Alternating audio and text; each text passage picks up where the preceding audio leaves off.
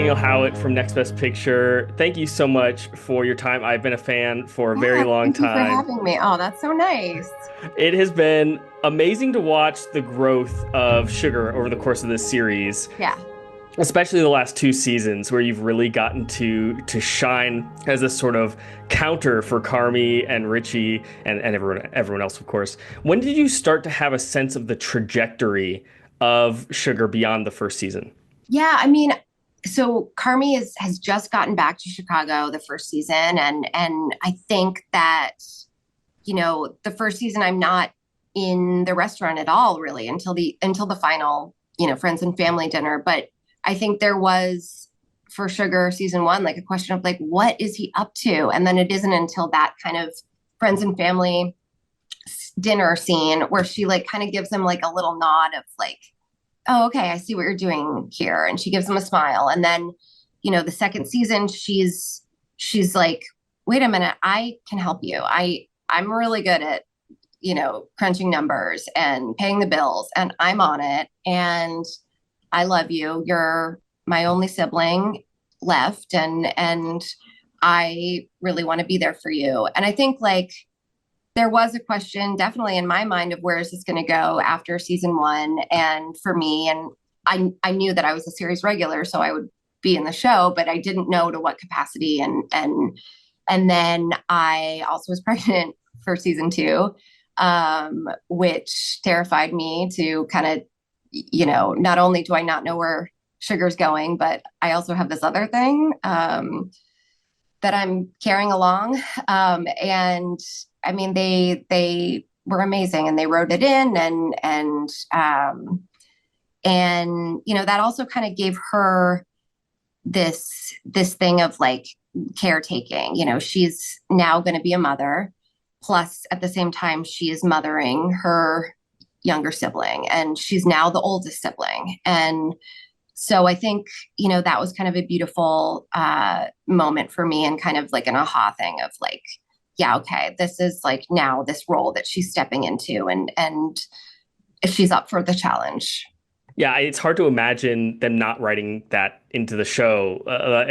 Sugar is such a maternal figure in the show for a lot of these characters, and so it just is a perfect trajectory for her character. So yeah, I think I've loved seeing that journey over the last two seasons of Sugar becoming a mom, and even as she is this calming presence for so many of the characters in becoming a mother, we see that she's also full of anxiety from her own family trauma as well.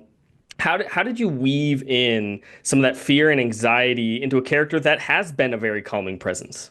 Yeah, I think that, regardless of how chill you are as a human, like all mothers to be are absolutely fucking terrified. And so, for my own life, I'm a very neurotic person. And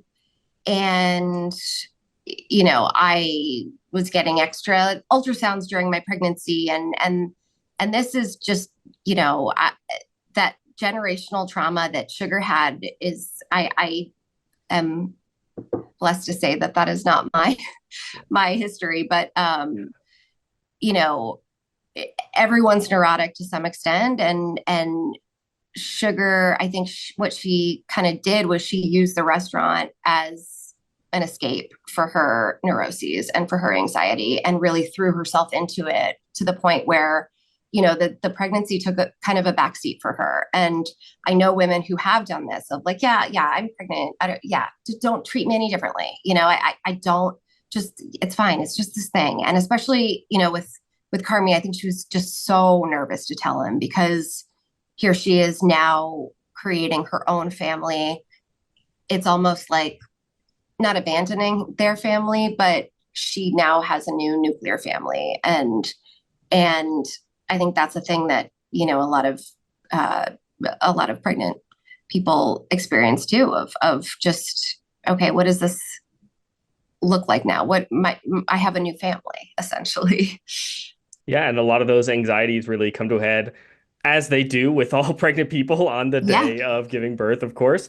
And in season three, that's in Ice Chips, which is just obviously such a standout episode for you, for your character. Tell me about reading that script for the first time and seeing what that day was going to be like for Natalie. No, I mean, I was so just, it was so beautiful. I cried. It wasn't exactly what I expected. I don't really know what I expected, but I think that, I knew I was going to give birth on the show. And so when I was in labor with my son, I, I had my mom tape my contractions because I wanted to like have some references to go back to.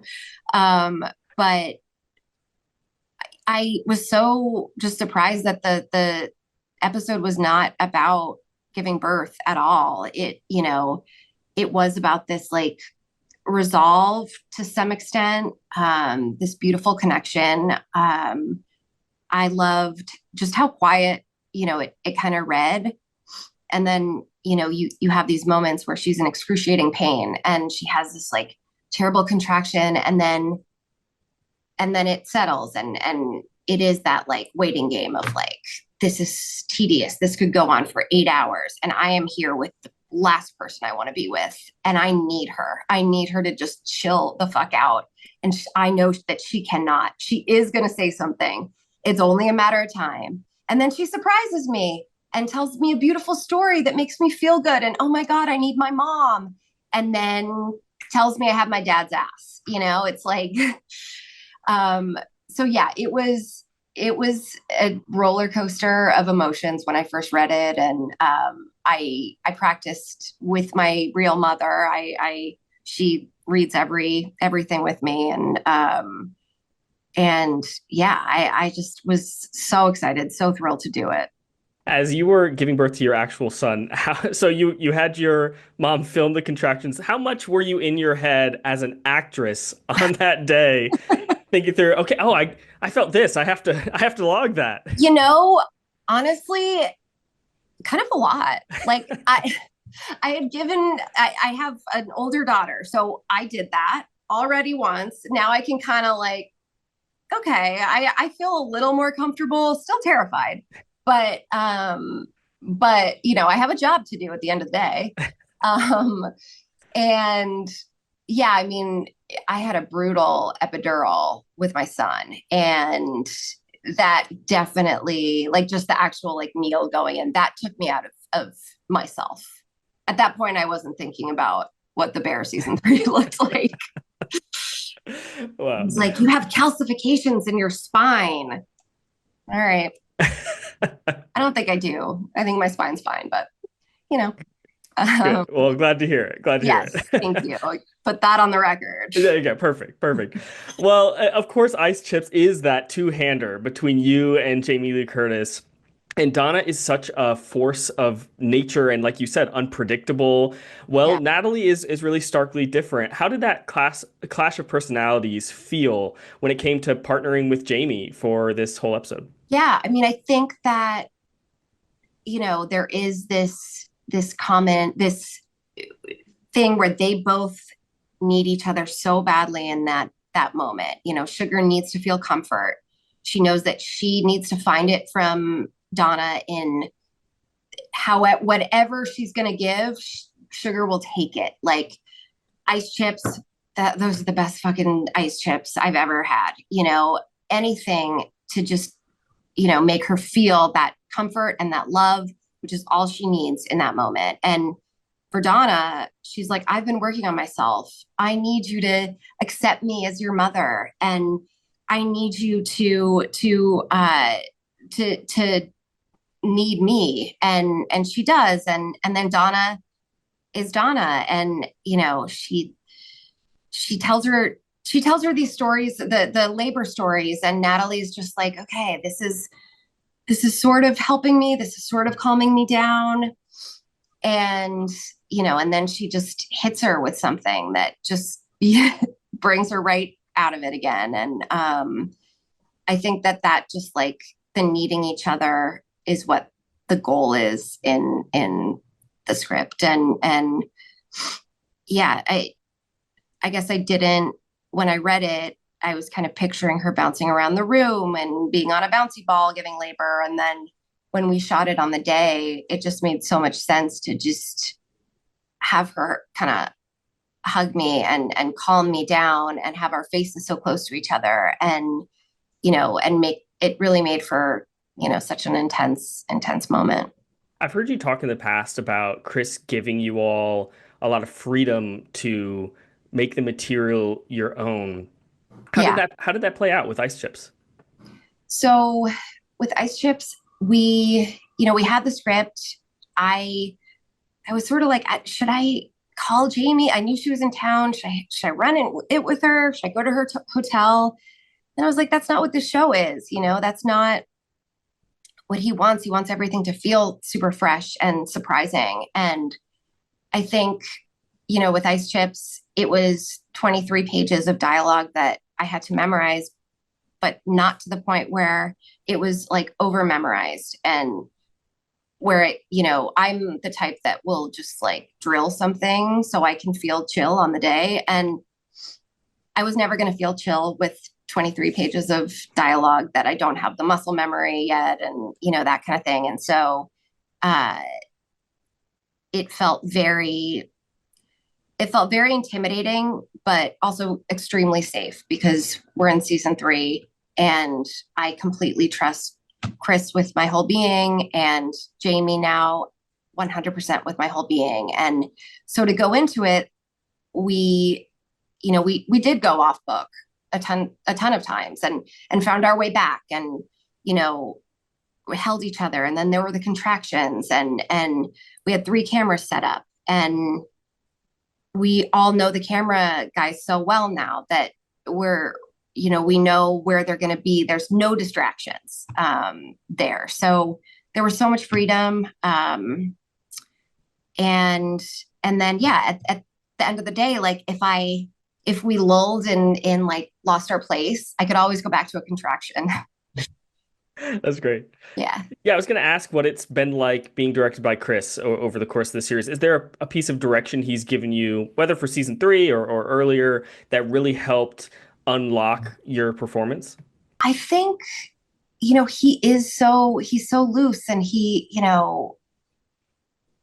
really gives us just so much freedom and trusts us. And, I think guiding us, when in places where there's more comedy, that has kind of helped me, I think. And especially with like the facts and him giving us like fully improvised scenes, and he'll throw out jokes and direction, and yeah, I mean, it's just really a complete trust between both the actor and the director and writer, because he's just like a brilliant writer too. And yeah, I mean, I'm trying to think of a specific example, but I think it's really like just the freedom and the trust. I'm curious how different the series is from what you initially pictured when you first read the scripts, years ago. It really feels like, of course, it's half hour, it's competing in the comedy categories, but it is quite dramatic material, often, especially for what we get to see from you. And so I'm just wondering what you've seen in the trajectory of the show and how different it is from what you pictured years ago reading the script for the first time. Yeah, when I first read the pilot, I didn't understand all of the jargon. I worked in a restaurant for maybe 2 weeks, and then I could not cut it. And so, behind court, like all of that stuff, I was like, what? Oh, okay. That's what okay. So they're running around a restaurant. So this is a restaurant show. This is about a restaurant. And excuse me. And then, after it was, edited, Chris sent me a cut of the pilot, and I sent it to my dad. I'm like, wow, this is like gritty. He was like, yeah, it's kind of like Panic in Needle Park. And I was thinking like, okay, this is what this show is going to be. Super dark, kind of saturated gray, very cold, like sweeping shots of Chicago, which it still is, but I was surprised at how much like love and heart ended up being in the series, and how much the initial show that I thought was about a restaurant ended up being about family, chosen and given, and generational trauma. I have loved the depth that we've gotten to see you bring to Natalie over the course of these seasons. Oh, How do you feel like your comedy and improv background helped prepare you to play Sugar? I I don't know. I mean, I think, you know, especially in this last in season three with Ice Chips, I really it's almost like I have to like stop myself from making the joke. So it's like almost going against my instincts sometimes. And I there are moments where, it's fully improvised. And, with Neil Fack, that's that my improv background has like truly helped me. And then other moments where I'm like, I'm gonna stop myself. So in some ways it's helped, and in other ways I'm like, every bone in my body, it feels wrong to not break something up with a joke here. But yeah, and I think Sugar, especially she's such an empathetic person that, going back to like her caring can be sometimes comedic, um, in that she'll call like sweetie and okay, babe, to the point where it like teeters on um condescending to Neil. But yeah, I mean, I think it can go back and forth. Well, we can't wait for season four. And here is the point in the interview where you give me the big scoop about season Yeah. four. You tell me all Okay. the things that are going to You happen. know what? Do we have another? I think I gotta You can't, anything you can tell me about what you're excited for in season four. there are a lot of I would say that there are some questions that, were asked in season three that there are the answers for in season four. And it's tied up really beautifully, and yeah, just done really well. Well, we can't wait to see it. Abby, thank you so much for your time and thank you for your Thank you, performance. It's really Daniel. wonderful. Oh, thank you. I appreciate it.